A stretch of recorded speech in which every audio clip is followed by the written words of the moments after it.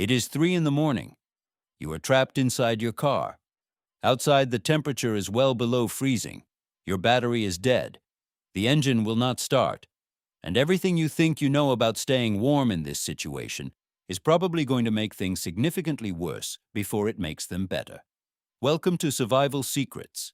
If this channel is not already part of your life, this is the moment to join us. What we cover here is not the generic advice you find in driving manuals or roadside assistance pamphlets.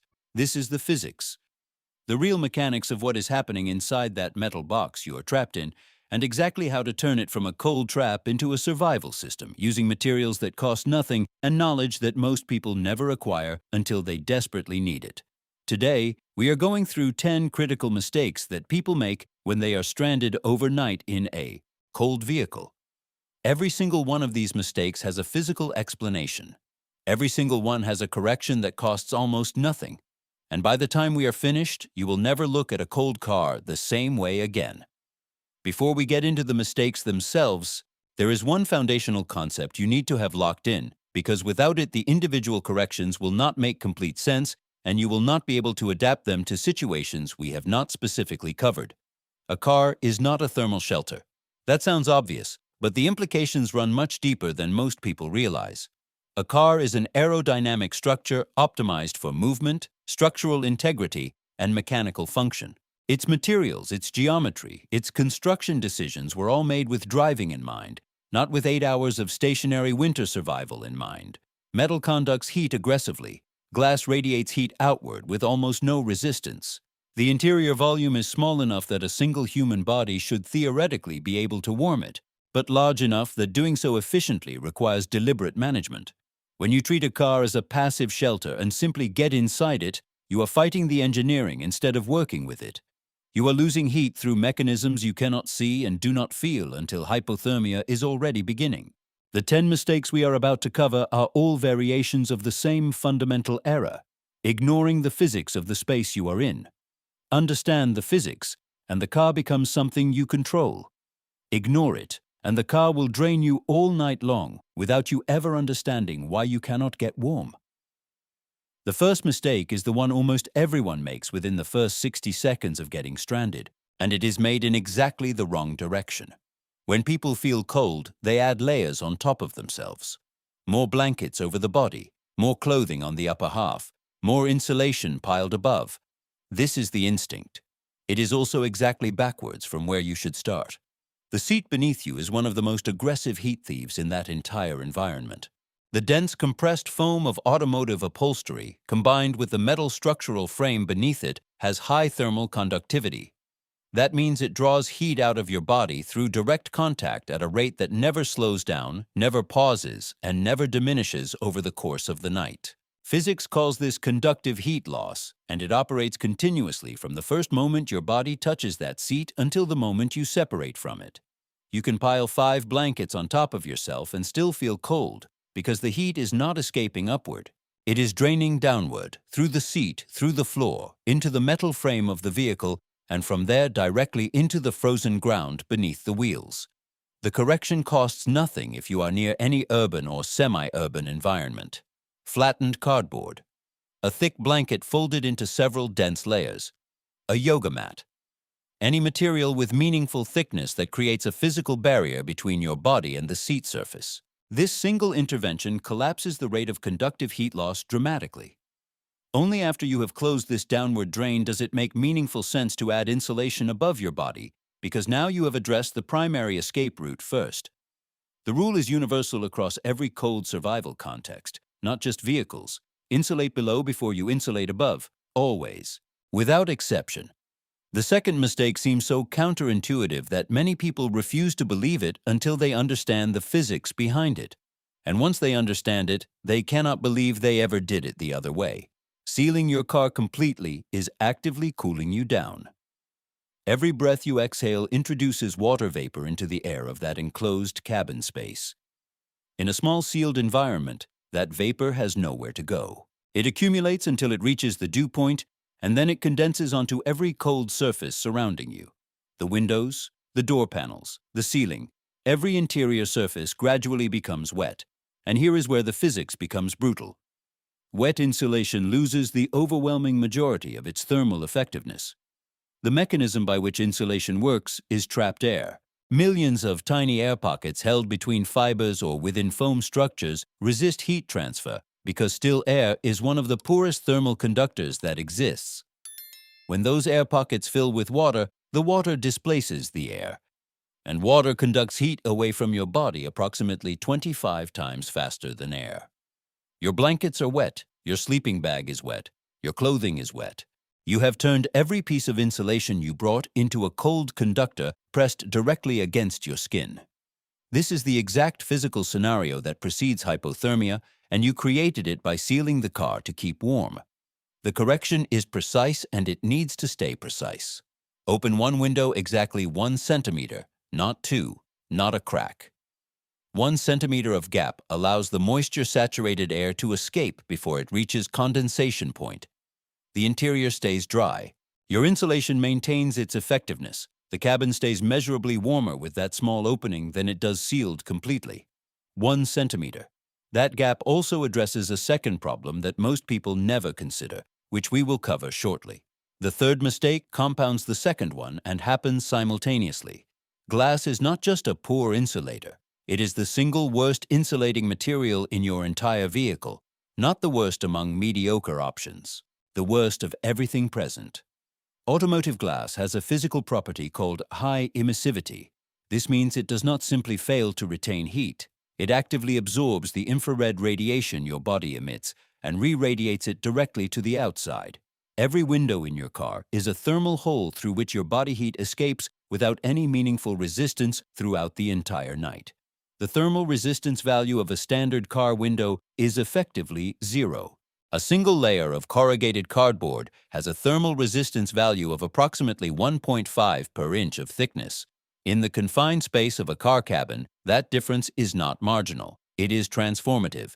The correction takes approximately 10 minutes total. Cut cardboard pieces sized to fit each window and press them into the frames before you settle in for the night. Every window covered eliminates that window as a radiant heat loss pathway completely. If you have emergency reflective blankets available, use those instead of cardboard. They reflect up to 90% of your infrared body radiation back toward you rather than allowing it to escape. With your windows covered and your seat insulated, your car has crossed a threshold. It has stopped behaving like a cold trap and started behaving like an actual shelter. Before we move to the fourth mistake, I want to ask you something directly, and I genuinely want your answer in the comments below. Have you ever had to spend a night in your car because of an emergency? A breakdown, an unexpected snowstorm, a road closure that left you stranded? What was the first thing you did to try to stay warm? Tell me what happened. Real experiences from real situations are the most valuable material I have for building future content on this channel, and I read every comment. The fourth mistake is invisible, silent, and directly responsible for why your hands and feet go numb faster than you expect, even when the cabin is not dramatically cold. Carbon dioxide is heavier than oxygen. This is not a theory or an opinion. It is basic atmospheric chemistry. When you breathe in an enclosed or nearly enclosed space, the carbon dioxide you exhale settles at face level because it is denser than the surrounding air. You are not in danger of asphyxiation, but you are breathing elevated concentrations of carbon dioxide throughout the night, and that has a direct measurable effect on how cold you feel. Elevated carbon dioxide alters the pH balance in your blood. Your body responds to this chemical shift with vasoconstriction, which means it reduces the diameter of the blood vessels near the surface of your skin. This decreases the flow of warm blood to your hands and feet as a protective mechanism to defend the vital organs in your core. The practical result is that your extremities cool dramatically faster than they otherwise would, your body's heat generation becomes less efficient, and you feel significantly colder even if the cabin temperature has not dropped. The correction has two components, and neither costs anything. First, that 1 centimeter of window gap you already opened for moisture management also handles passive gas exchange. Fresh air enters slowly, carbon dioxide-rich air exits. The chemistry of the cabin space stabilizes. Second, position your head as close to that opening as possible. If you can arrange yourself in the back seat lying lengthwise, do that. Keep your breathing zone near the fresh air source. Your circulation stays active, your extremities stay warmer. Your heat generation stays efficient all night without any additional equipment. The fifth mistake is made in the first moments of an emergency when people reach for whatever clothing is within arm's reach. And what most people reach for is cotton. Cotton t-shirts, cotton sweatshirts, cotton tracksuit pants. Cotton feels warm against dry skin. It is one of the most genuinely dangerous materials you can have against your body in a prolonged cold situation. The physics is straightforward. Cotton absorbs moisture readily and holds it against your skin. In the interior of a car where condensation exists even with the window gap managed, and where your body perspires slightly even during sleep, cotton layers become damp within a few hours. Damp cotton loses almost all of its insulating capacity. The tiny air pockets between the fibers, which are what create the warming effect, fill with water, and that water conducts heat away from your skin at a rate 25 times faster than air would. You have wrapped yourself in a cold conductor and called it clothing. The correction is wool or technical synthetic materials for any layer in direct contact with your skin. Wool retains approximately 80% of its insulating capacity even when wet, because the physical structure of wool fibers continues trapping air even with moisture present. Synthetic materials like polyester fleece move moisture away from your skin rapidly and keep their air chambers functional throughout the night.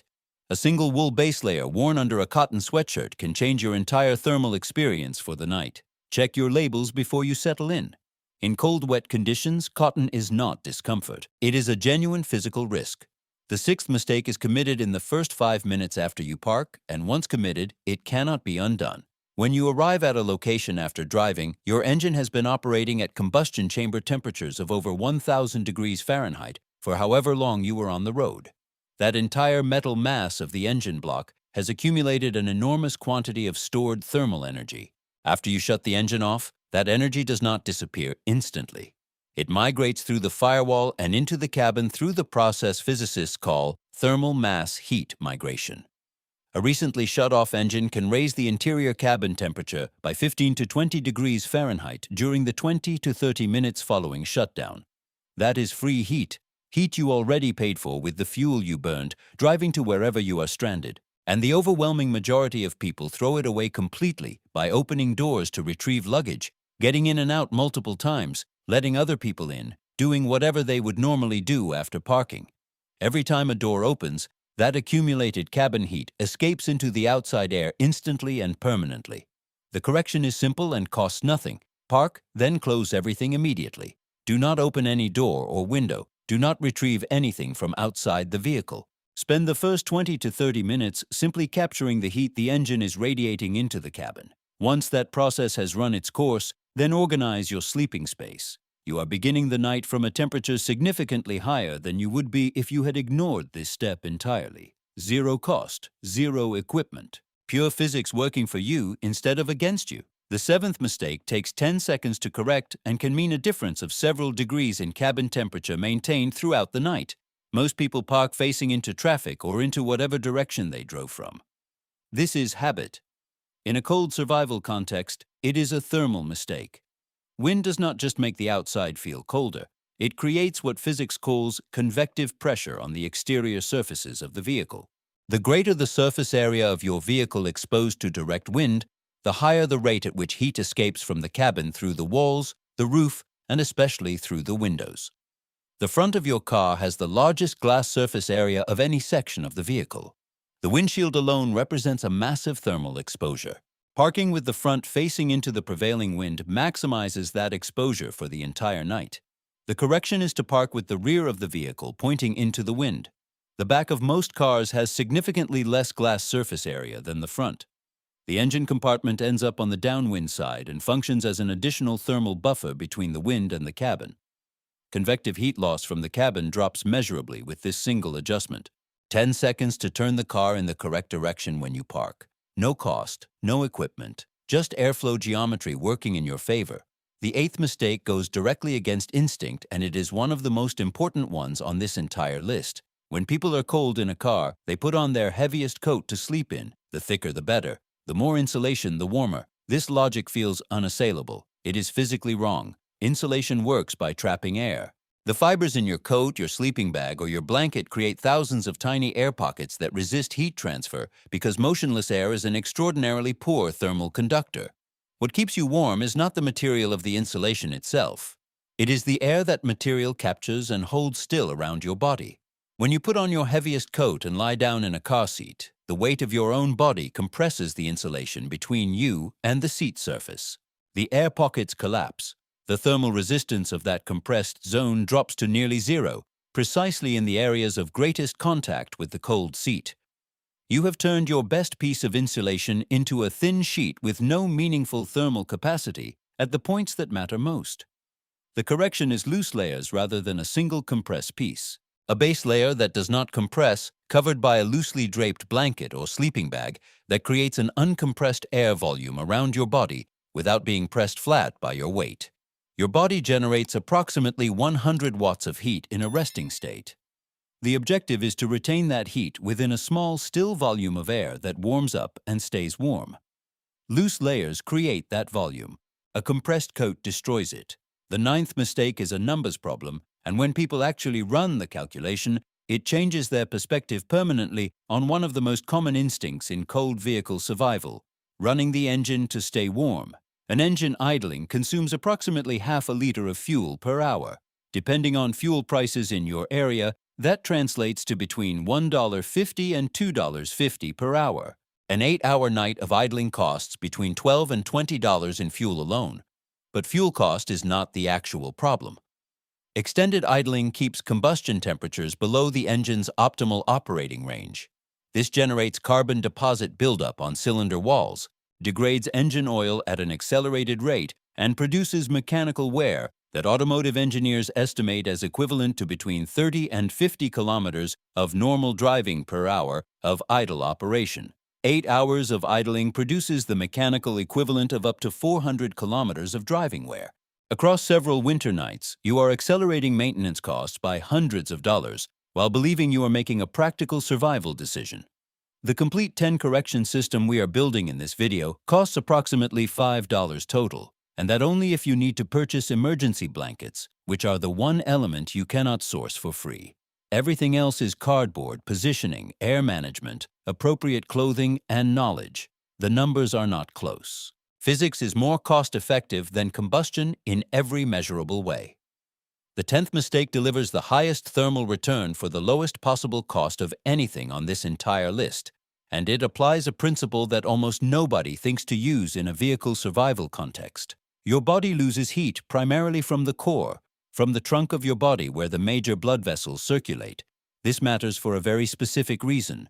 Your blood is your internal heating system. It carries thermal energy from your core outward to your extremities continuously. When your core temperature begins to drop, your body activates an automatic protective response. It reduces circulation to your hands and feet to defend the vital organs. This is the moment when your fingers go numb, your feet feel like frozen blocks, and the generalized cold sensation sets in that no amount of additional clothing seems to touch. The single most cost-effective solution in this entire video is a plastic bottle with a sealed cap, filled with the hottest water you can handle without burning yourself. Water has one of the highest heat capacities of any common substance. It stores an enormous quantity of thermal energy and releases it gradually and consistently over 4 to 6 hours. Placed directly against your abdomen or your chest before you sleep, it functions as a thermal battery, delivering its stored energy precisely at the point where your circulatory system is most efficient at distributing it throughout your entire body. Your core stays warm. Your circulation stays active. Your extremities stay supplied with warm blood. Your body's heat generation operates efficiently all night. The cost is zero if you have access to any heat source before you settle in for the night. 10 mistakes, 10 corrections, everyone grounded in the physics of what is actually happening inside that 2 cubic meter space of metal and glass. None of this requires expensive equipment. Some of it requires nothing at all beyond knowing how to position yourself and what not to do. The difference between someone who has a genuinely dangerous night stranded in a cold vehicle and someone who reaches morning rested and at normal body temperature is not the gear they brought. It is the understanding of what is physically happening in that environment and the knowledge of how to work with those physical properties instead of blindly fighting against them. Your car is not an inevitable cold trap. It is a thermal system with specific, predictable physical properties, When you understand those properties, you stop being a victim of the engineering and start being someone who uses it. You now have that understanding. If this video changed how you think about vehicle survival and cold weather preparedness, share it with one person who spends time on the road in winter. Every share puts this information in front of someone who might need it on a night they did not plan for. Subscribe to Survival Secrets. New video every week. See you in the next one.